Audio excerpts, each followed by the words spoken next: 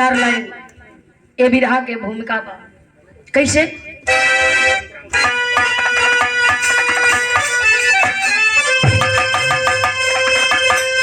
बताया गया।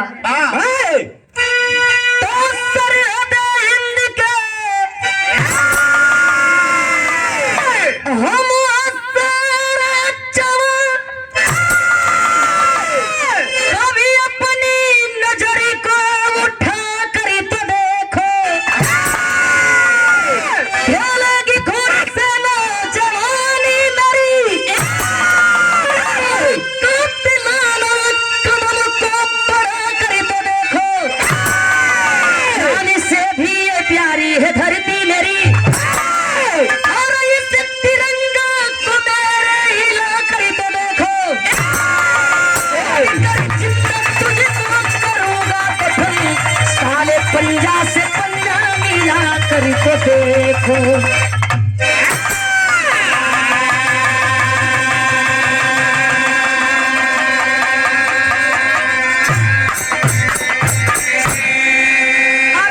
खोद कर जिंदा तुझको करूंगा दफन, साले पंजा से पंजा मिला कर तो देखो। हम एक लाइन गजल के नमूना है मास्टर। आए दिन हमारे देश के जवान सीमा पर शहीद होते हैं, मारे जाते हैं रोज दिन।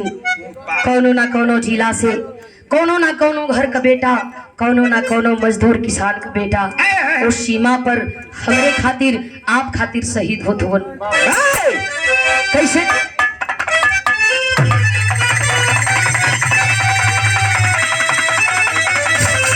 आ गया? अरे कहाँ पे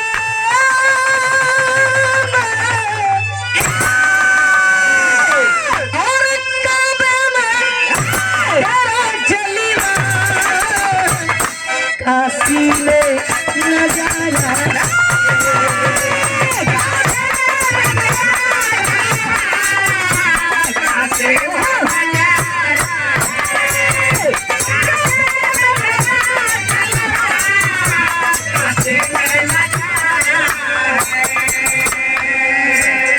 इसलिए कि काशी में भी तू रहता है और काबा में भी तू रहता है। एक बात और बतावल गई,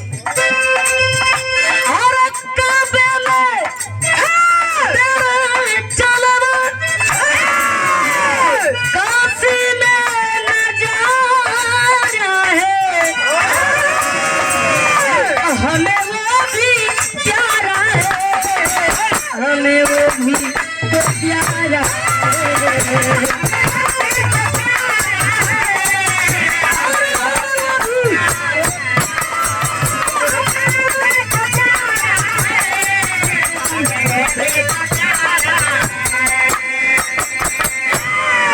लेकिन भाव बड़ी सुंदर लाइन कभी लिखलन हो वो वीर के ऊपर लिखलन। अरे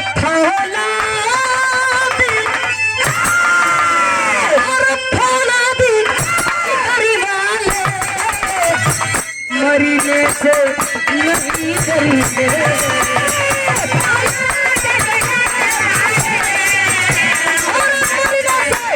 नहीं डरते।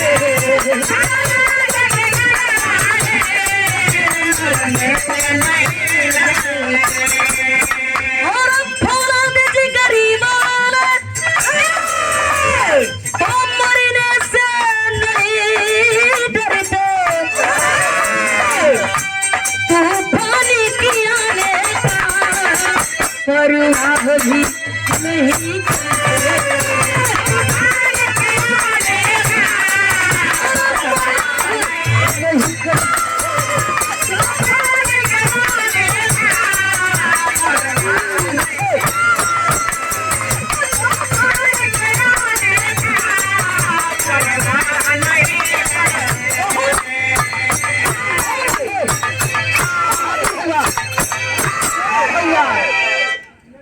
तूफान की आने का भी परवाह नहीं करते। आए दिन हमारे देश के जवान मरते हैं, मरने का रीजन है चाहे बारिश हो, चाहे बर्फीली जगह हो, चाहे आंधी हो, चाहे तूफान हो, चाहे जंगल हो, अपनी ड्यूटी से हमारे देश का जवान कबो पीछे पग नहीं हटावेलन। हंसते हंसते फांसी की झूले को कबूल लेते हैं। आपके लिए, हमारे लिए, देश के लिए उस सीमा पर अपनी जान की आहुति देते हैं ताकि मेरा देश आजाद है, आजाद रहे। देश के लोग आजाद हैं और आजाद रहे। चैन अमन की रोटी देश के लोग खा रहे हैं और आए दिन लोग रोज खाए। कहानी का शुरुआत भाई कहानी हो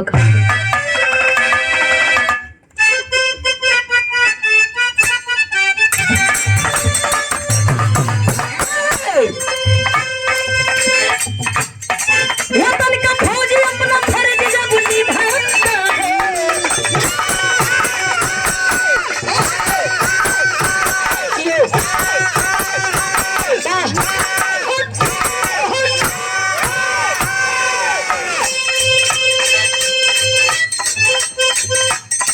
बहाकर खून मौत वाली दुल्हन पाता है। ग्राम पंजाब में सुखवीर की जमींदार सैफला बेटी जिनकी प्राणों से भी प्यारी। बीए की छात्रा स्कूल पढ़ा करती थी। जवानी जलने में उड़ान भरा करती थी। नहाने सके संजली सिंधु के पानी, नहाने सके संजली सिंधु के पानी। मछली नाव लेके चला है रवानी।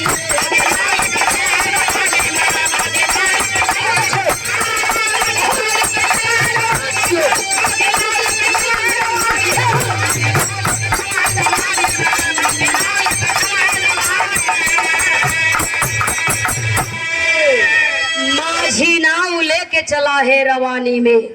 अब इन कुछ दिन पहले का घटना, गाजीपुर में नाव डुबला से 5 लोगन के मौत हो गई।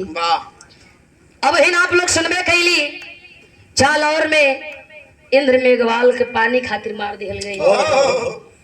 रोज रोज आप लोगन के कुछ ना कुछ सुने के मिलत बा।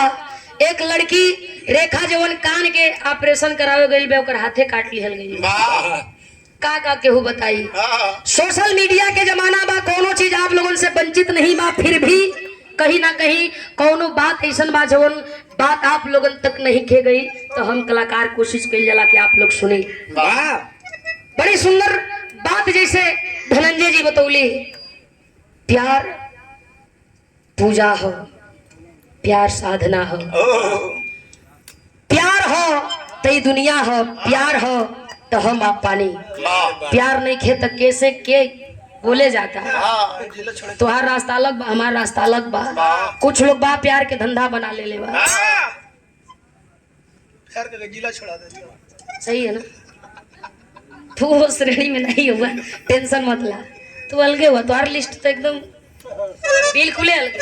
पहले तैयारी है, ओकर कोनो जवाब न है। और हम सुनीला तो ई कहिला कि प्यार कोई करे तो आपसे सीखे। प्यार होके तो वैसा होके, हीर रांझा जैसन, लैला मजनू जैसन। कि फूफा से करावे लगा। प्यार ही है।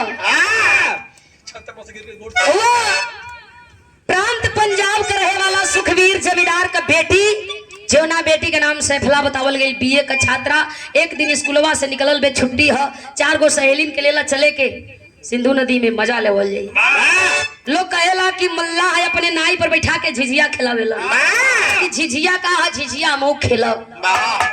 सैफला 4 सहेलीन के लेला वही सिंधु घाटी पहुंचल। जाए के मल्ला के बोलो सुना झिझिया खिलावेला कल। बैठ गई 4 सहेली और एक्स्ट्रा लोग भी बैठ गए, जैसे धनंजय जी के पार्टी। अब हमन जो ने रास्ते से आवत है, वो रास्ते से का जनी ई अइला खिदा अइला, लेकिन हम बड़ा पहुंचत है नहीं जा। ऊ आगी पानी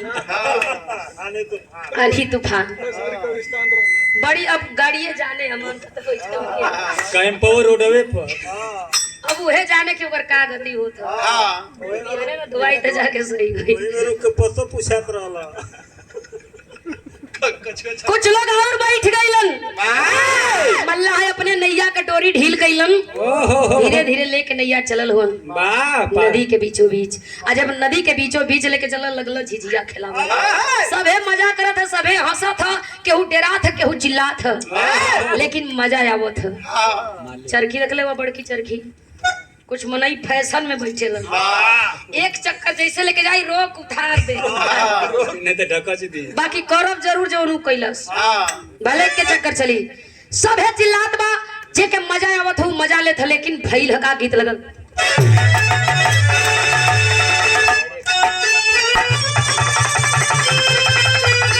कोनो मेहरारू कले रहल, पुरान रीत पुरान भीत पुरान प्रीत। आज भी जो ने घर में पुरनिया 4 भाई एक माई की पेट से जन्म ले ले हुई हम, उन चारों भाई के जाके प्यार देखिया, नौका पीढ़ी के प्यार देखिया। तोर मेहरारू ठीक है, बहुत माने ले तो, छोटका के कष्ट बटले बारो जो कर चिरखी बन जाता तो कहीं मजा ले तड़, मेहरारू से जाके कहीं हाँ तोर मरद ठीक मिल गला, मरे एकदम रोज माथा चाटत है ई होला। और पहले देवरान जेठान के मतलब रहा, देवरान जब जेठानी के देखे तो खटिया से खड़ी को पल्लू लगा ले, आज का आवा बैठा कहाँ से आवत ही चाउमीन मंगा खाते। ई पुरान गीत है, देखा कोनो मेहरारू कह बड़ी दर्द में,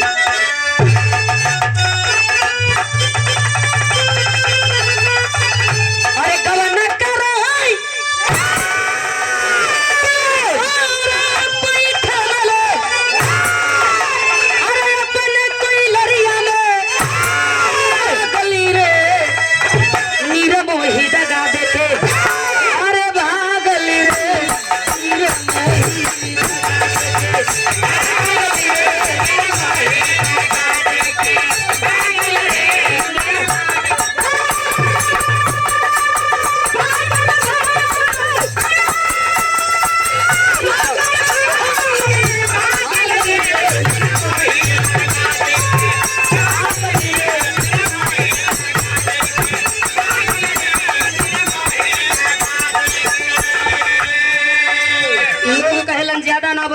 एक लाइन बिरहा में बताई। लोग कहेलन कि जाको राखे साइया मार सके ना कोई, बाल न बाका कर सके जो जग बैरी हो। समय होत बलवान पुरुष नहीं होत बलवान, समय अगर बलवान है तो सब सही सही जाई, और समय गड़बड़ाई है तो एक को सही ना हुई। बीचों बीच में झिझिया मल्ला खिलावत जरूर बा। आज अचानक कोई समुद्र के कोई नदी के बीचों बीच एक तूफान उठल है, और जब नदी के बीचों बीच तूफान उठल है तब मल्लाह अपने नैया के घुमावत है। सोचत बा मल्लाह की किनारे नैया के लगाई, सबके उतारी, सबका जान बचे, लेकिन भइल हका अरे विधि के विधान क्या उतारे नहीं पड़ले, सब विधि के विधानवा से उगल धरा मेरे वरिया, धरा से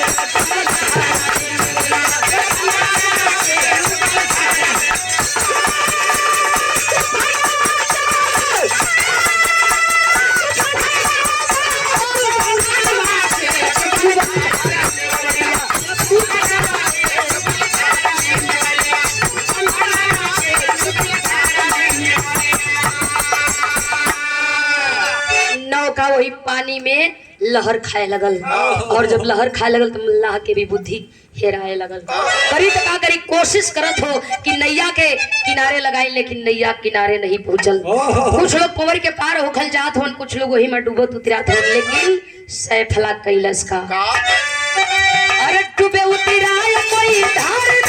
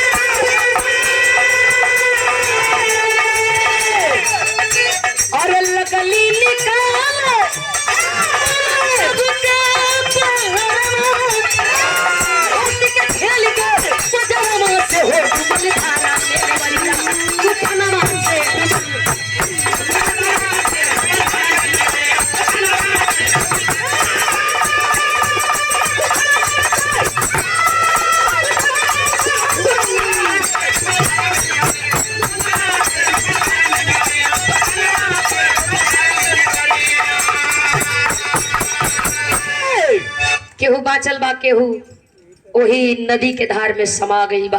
हाँ। ए बाबू सैफला पौरे में बड़ी तेज रहल। हाँ जेके देखे देखत बा पकड़ के किनारे लगावत बा।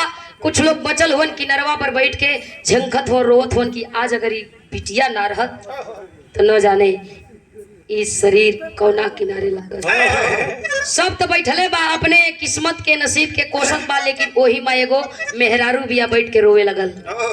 रोवतिया अफसोस करतिया कि कहाँ से कहाँ आज हमार मत पगलाइल जे आ गईली चिचिया खेले। बोलौले बिया सैफला के बेटी तनी हमरे करीब आवा। गईल बिया पूछे लगल ए बिटिया तो के कौन माई जन्म दिलस। ये तनी हिम्मत वाली बेटी सब माई के मिले। ये तनी चतुर और चलहाक बेटी हर माई के मिले। कहाँ का रहे वालू बाड़ू बेटी होके तो तहरा जैसन। कहाँ घर बा प्रांत पंजाब सुखबीर जमींदार का बेटी है, माई के नाही देखली रोवे लगल। दुल्हनिया गोदी में सैफला के भरले बिया इहो रोवतिया बेटी मालिक ना देला एक कई बेटा दिले होन जौन बेटा यहाँ नहीं खे सरहद पर बा। आखिरकार बात विचार हो गई है बिटिया कहियो तोरा घरे आई चिन जेबू बिल्कुल। सैफला अपने घरे चल देलस, बाकी लोग अपने अपने घरे जे करे घर का लोग डूब गई होन करे घरे मातम मनत बा लोग रोवत होन। जा करके दुल्हनिया फोन लगौले भी अपने फौजी सैया के ओई फोनवा पर बतियावे का कहे।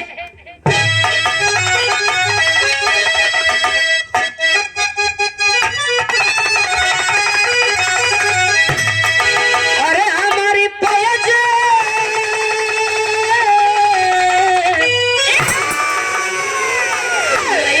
सुना का तार मामी पहिरली हो पैती तैती की पैती तैती हम तो कहीं पैती पर गुल्ली ना की बनवा दे मास्टर साहब गुल्ली बनवाए तो ठीक रही। हाँ सबका नजर वही पे जाए।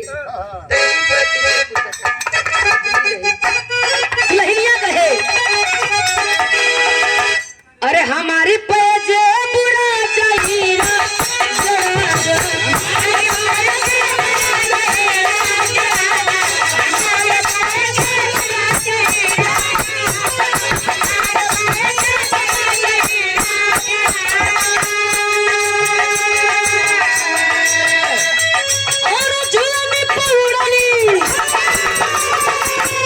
पहले का गीत कोनो दुल्हन कहले रहल नई झुलनी के छैया बलम दोपहरिया बिताला हो दुल्हनी ने की तम्बू ओके माना की तम्मू रहे।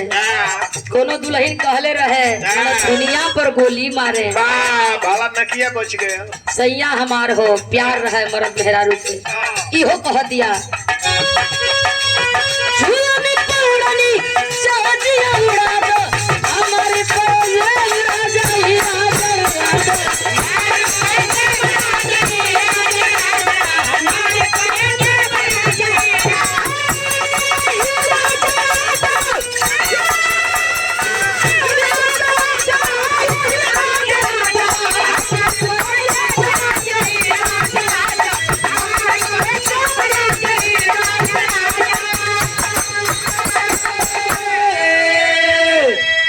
विक्रम सिंह के पत्नी बतियावत बे रोवत बा काहे रोवत अड़ू कोनो दिक्कत बा पैसा के कमी बा दुल्हनिया कहे ना जी एक खातिर कहाँ रोवत बानी कि पैसा के कमी बा बल्कि एक खातिर रोवत आनी कि आज एगो बेटी नहीं रहत तो हमार जिंदगी जोन हो न जाने कौने किनारे लागत। कर्नल साहब पूछा ताड़न विक्रम सिंह पूछा ताड़न कैसन का बुझौनी बुझावतारू दुल्हनिया कहतिया गईली झिझिया खेले लेकिन किस्मत खराब रहल नाई डूबल लेकिन एक बेटी हमके बचा लेलस जवन आज हम जिंदा बानी। कर्नल साहब सोचा तारन दुल्हनिया रो के कहतिया अरे बतावे गोरी रोई रोई पिया से पानिया बतावे गोरी रोई पिया से पानिया बतावे गोरी रोई पिया से पानिया बतावे गोरी रोई पिया से पानिया अरे अमृत कौर लाल कर्नल साहब की दुल्हनिया बतावे गोरी रोई रोई पिया से पानिया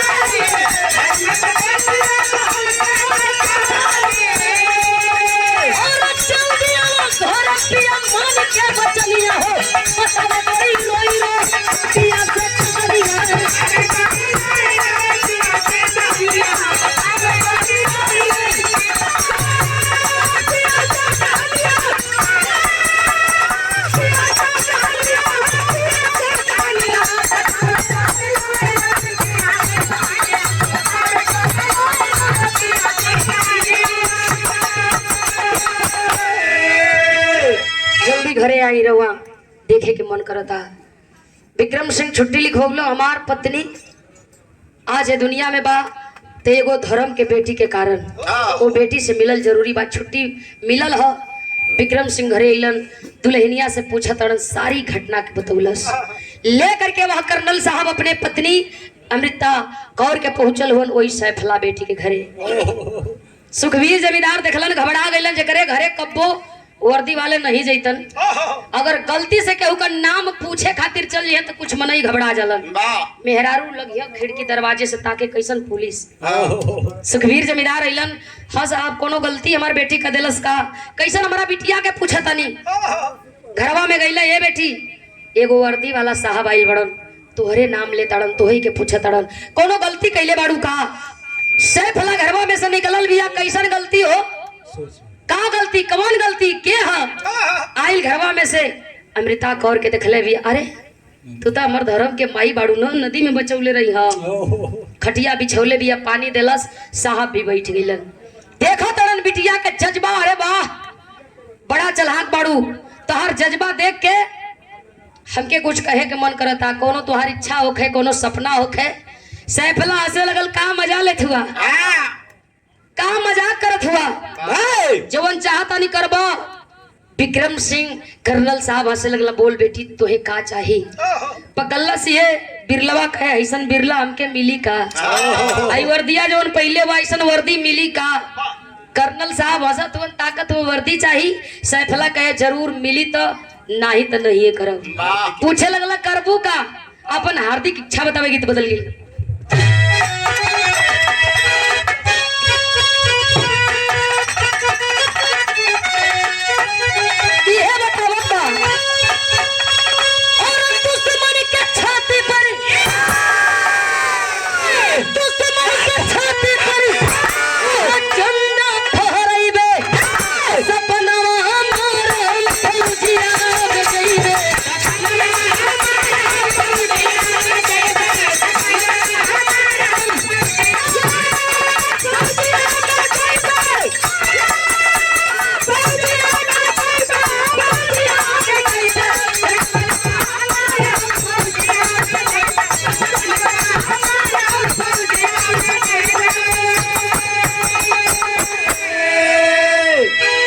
बने का सपना हो गईला घरवा में कहला तारे बेटी खाली तुहार बेटी नहीं खई हमार बेटी बा तोरे बेटी का सपना हो कि एके वर्दी चाहिए सीमा का जवान बनल चाहत बा। सुखवीर जमींदार रोवे लगले साहब बिटिया तब पगलैले बिया तू काहे बिटिया के उसकावत हुआ। एक के बेटी हमरे जीवन के आधार बिया ये बेटी के देख के हम जीला साहब कही दा बेटी के समझा दा कि बेटी वर्दी नहीं पहिरेली। बेटी के समझा दा कि बेटी सीमा के सिपाही ना बनेली। कर्नल साहब गुस्सिया गेले कितना लालची कितना स्वार्थी बाप हुआ। एगो बेटी सीमा पर जाके देश का रक्षा कइल चाहत बा फौजी बनल चाहत बा तू अपने स्वार्थ में ओके घर का चूल चौका में अजरावल चाहत हुआ। सुखवीर जमींदार के बात लगल अगर ऐसा बात बा तो हम स्वार्थी बाप नहीं खी बिटिया के लेके जा साहब ले करके कर्नल साहब चलल हुन सैफला के ट्रेनिंग दियावत हुन कैलन है का। अरे बंगलोर ले जाके अरे एयरफोर्स का करे वाला तैयारी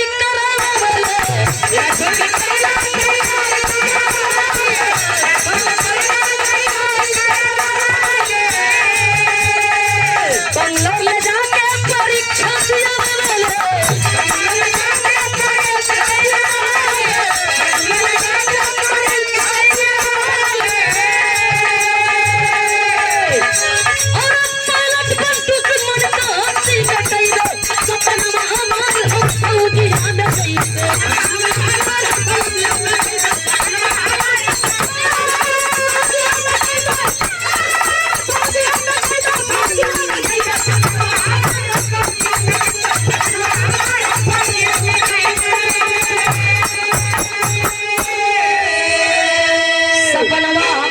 फौजिया में जइबो ट्रेनिंग पास कैले बिया ट्रेनिंग पास के बाद छुट्टी मिलेला घरे आइल बिया बाबू के सामने जब खड़ी भइल बाबू बेटी के तेरी शरीर पर वर्दी देखलन है रोवा तड़न आखिर अपने वाली कैलू बेटी समझावे काहे टेंशन लेत हुआ समय से खा लिहल करिया, समय से पी लिहल करिया, अपन देख रेख करिया, टेंशन मत ला।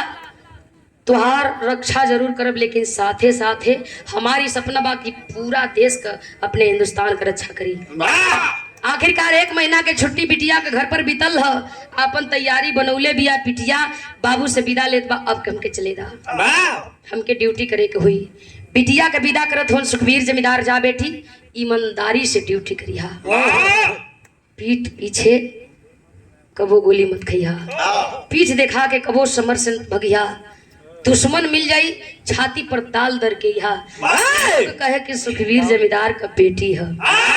आखिरकार बिटिया के समझा के बाबू भेजलन, बिटिया चलल बिया धर्म कमाई बाबू से भी मुलाकात कैले बिया। जाते जाते धर्म कमाई बाबू विक्रम सिंह और अमृता कौर, ए बेटी तुहार सपनवा पूरा कर देली जाए, एगो हमान का वचन रखबू का। पूछे लगल सैफला कैसन, विक्रम सिंह सैफला से कहे लगलन वादा करा तो के वर्दी दिया देली, हमरे घर का सम्मान बनबू, हमरे घर का बहू बनबू, धर्म का बेटी के साथ साथ हम चाहता नहीं कि तू हमरे घर का सम्मान बना, हम चाहते कि तू हमरे घर का बहू बना। और सैफला अमृत कौर और विक्रम सिंह के वादा करत बा, ठीक बा ईमानदारी से ड्यूटी करब, छुट्टी पाई भी आई तोरे बेटवा से बियाह करब, तोरे घर का बहू बनब। वचन दे के चलल, ये लगल ड्यूटी करे, विराम भाव लगल।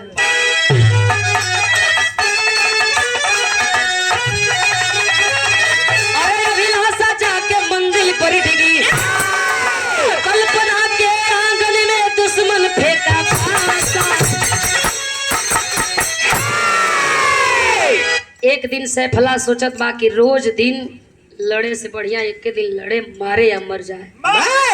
आई लई का करे का करो थे, रोज हम दुश्मन के जो हब तो हमारा जीवन बीत जाई, दुश्मन नहीं मिली है, दुश्मन के खोज के मारे के हुई। कैले की मनवा में सोचत बा, कैले का बा हर मंजिल हर काम वतन है, हर मंजिल हर काम वतन है, मेहनत करने वालों का जीवन उनका डूब जाता है, स्वार्थ में जीने वालों का।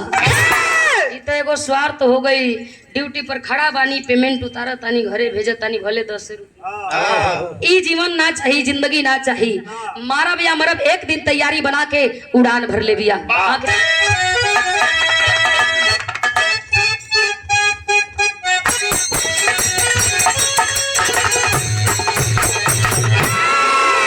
स्वर्गीय रामदेव गुरु जी अपनी जमानी में गीत के गौलन, अरे बारी उमर कमर लजनिया,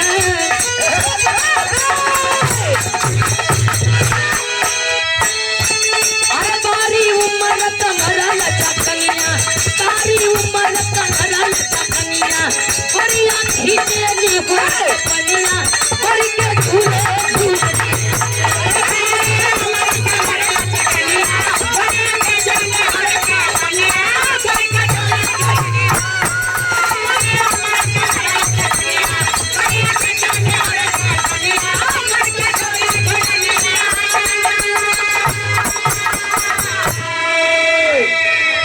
उड़ान भरती है, लड़ाकू विमान है, खोज रही है अपने दुश्मनों को, कहाँ दुश्मन का कैंप लगेला, कहाँ दुश्मन का ठिकाना बा, वही बमबारी करब, दुश्मनन के मारब। काले अखबार में नाम छपी, बाबू का सीना चौड़ा हुई, लोग कही हाँ प्रांत पंजाब का सुखबीर जमींदार का बेटी सैफला दुश्मनन के मरला। ये मन में उम्मीद और तमन्ना और जज्बा लेकर के उड़ान भर ले बिया, भाव दिहल गई। अरे चलली बाधा तिरंगा सीमा,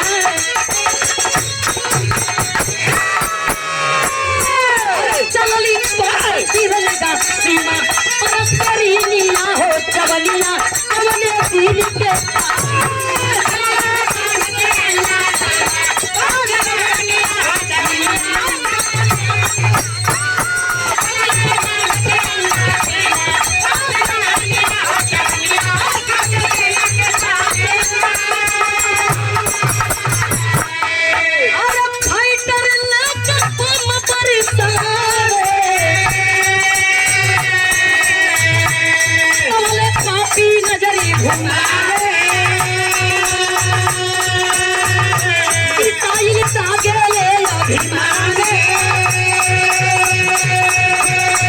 अरे पैरा सूटी ले कुदी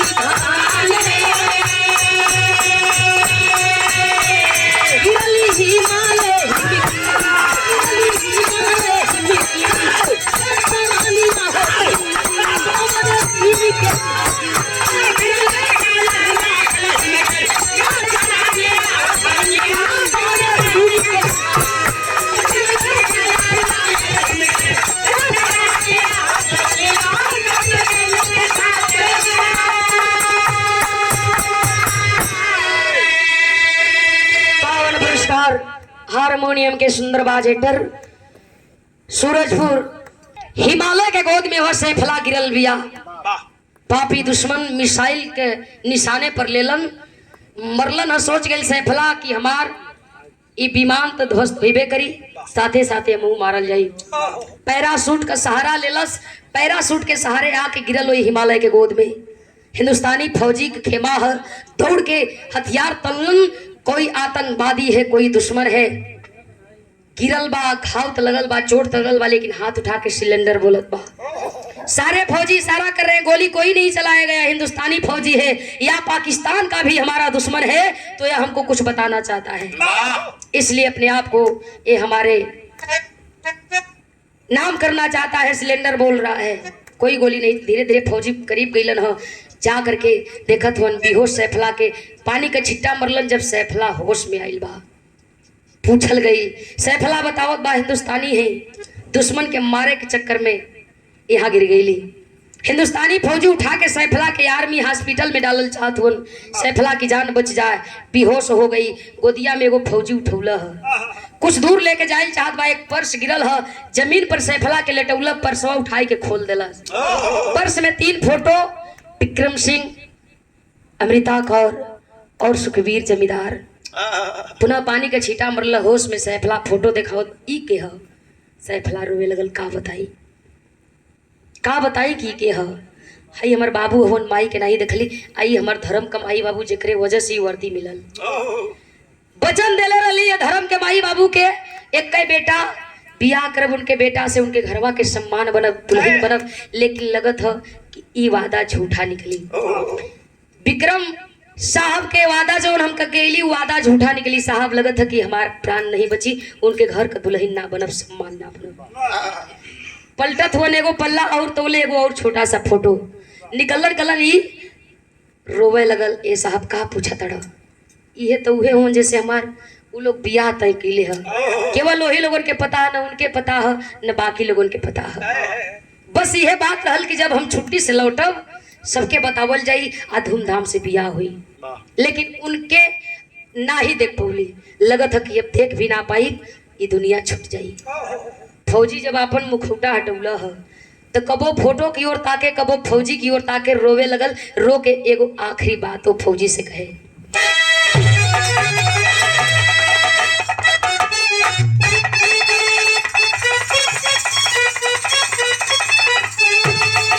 अरे मनी के कहना ए पिया चलू रलिया तो हमरा मनिया सजवतो हो, ए पिया बनी के सुहागिन बेटी जाना जीन गया, हमारी सारी मुजाहिद हो, ए पिया बनी के सुहागिन बेटी जाना जीन गया, हमारी सारी मुजाहिद हो।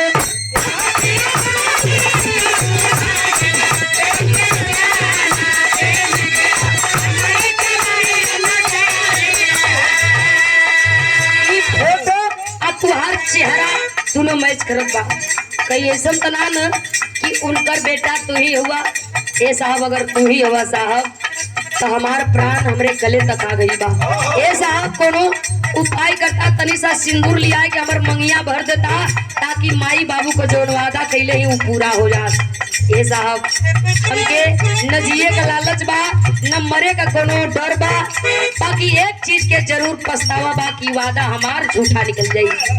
तनी सा हमर मंगिया सजा देता साहब। आखिरकार वह फौजी गोदिया में लेट के सैफला के सोचत विचारत बा, एगो बात और कह देलस, बानी के सेहरा हमरा टलिया उठाता करनल कबू के देखवा हो, ए पिया कोटे दिल के आरमा जीन गया, हमारी सबर के जाई हो,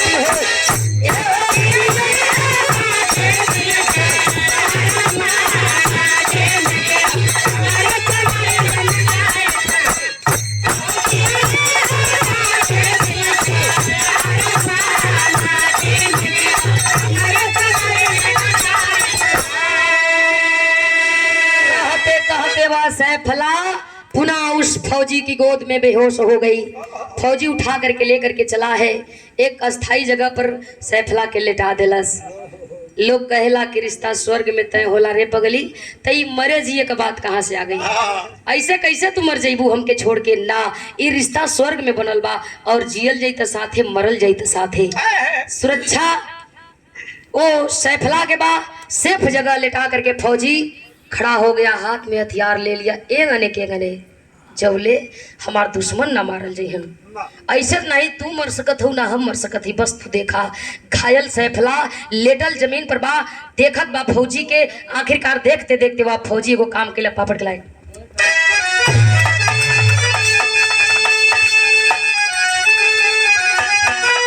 अरे उबल पड़ा है तू है नार सिंह चलनमा भी चलनमा में हाथ कूद पड़ा है समर सिंह में पीछे।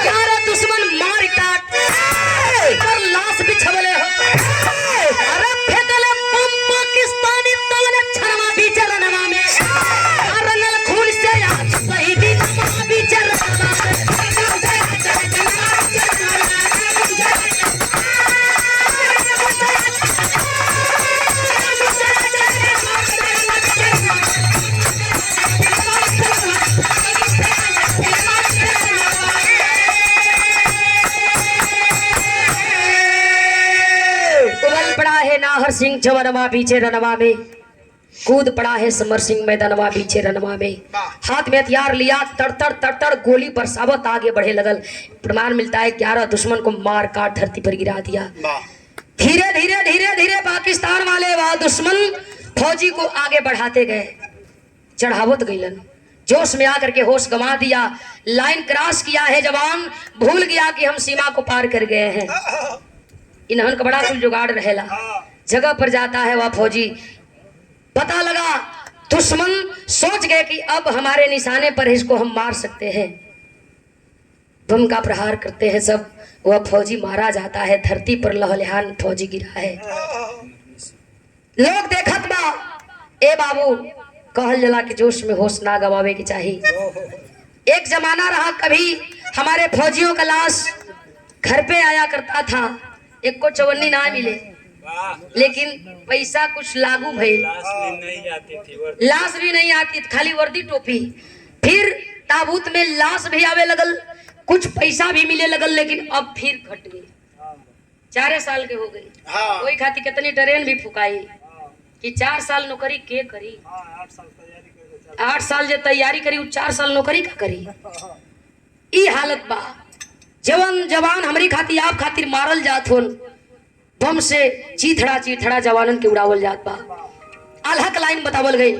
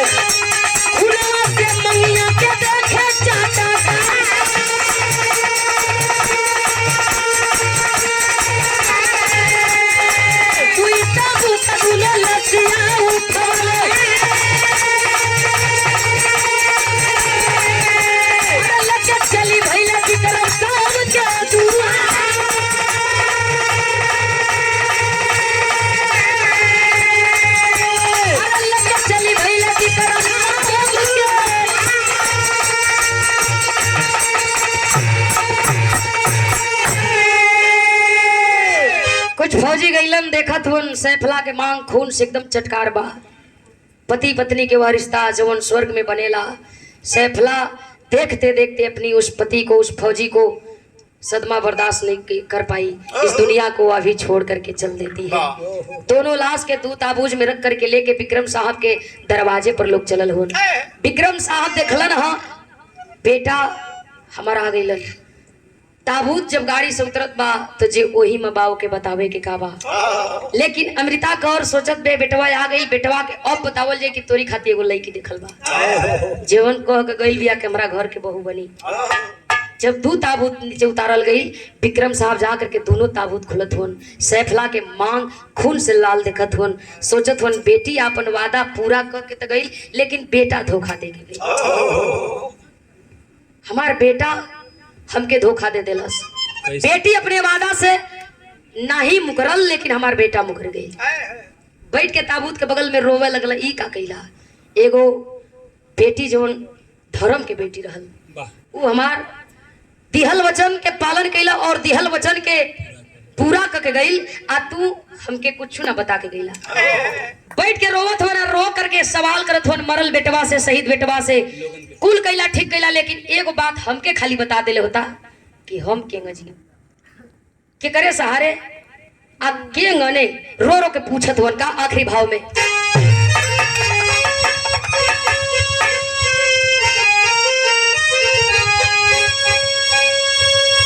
सब रोवत बा, तुहार माइयो रोवत अड़ी, लेकिन हम जानता नहीं कि एगो फौजी के का मतलब होला। एगो फौजी के जिंदगी का हो।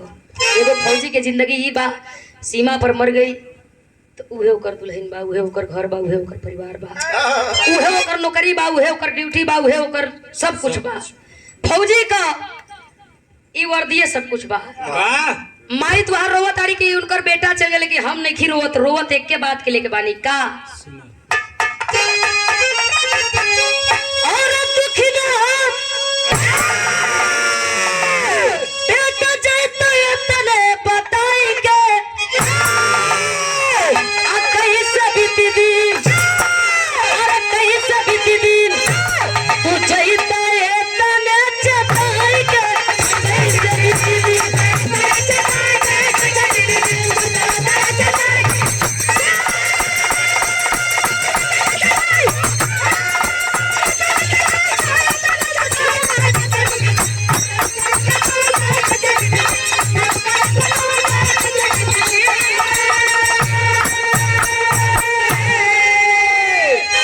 लोग कहावत कहलन कि बूढ़ बाप के अर्थी जब जवान बेटा के कंधा पर होला, तो लोग कहला कि बेटा के हाथ से बाप तर गईलन।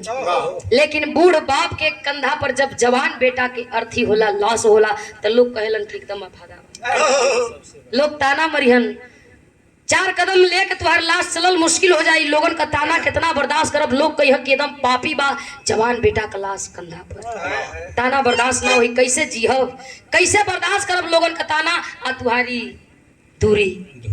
काहे ना हमके बता गईला कि हम कैसे जियब। कहत ना एगो बात हो,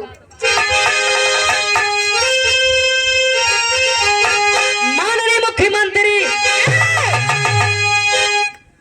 तब फर्ज के निभावले और तूने परिवार के धीरे चलो बदले।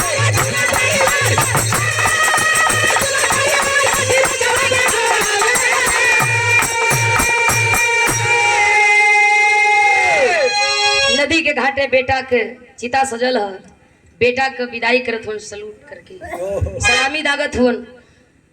फौजी का जिंदगी बस इतने बा कि शहीद भइला के बाद पत्थरे में नाम लिखा गए, पत्थरे का मूर्ति लाग गई। कुछ लोग हो जा तड़न तो कोरोना के डर से फूलो माला नहीं चढ़ाओ। एक फौजी के हम आप याद करत रही कब, 15 अगस्त और 26 जनवरी के दिन। एक शहीद जवान को हम इसी 2 दिन के दिन याद करते हैं कि चलल जाई श्रद्धा का सुमन अर्पित कल जाई। लेकिन इहो छिना गई, कोरोना पकड़ ली जाई हम दूरी बना के। लेकिन एक घड़ी तनी ठीक रहा, एक घड़ी सही रहा। 2 साल एकदम चौपट रहा, 1 साल सही रहा। बतावल गई माननीय मुख्यमंत्री फर्ज के निभावले परिवार के धीरे चलो बदले।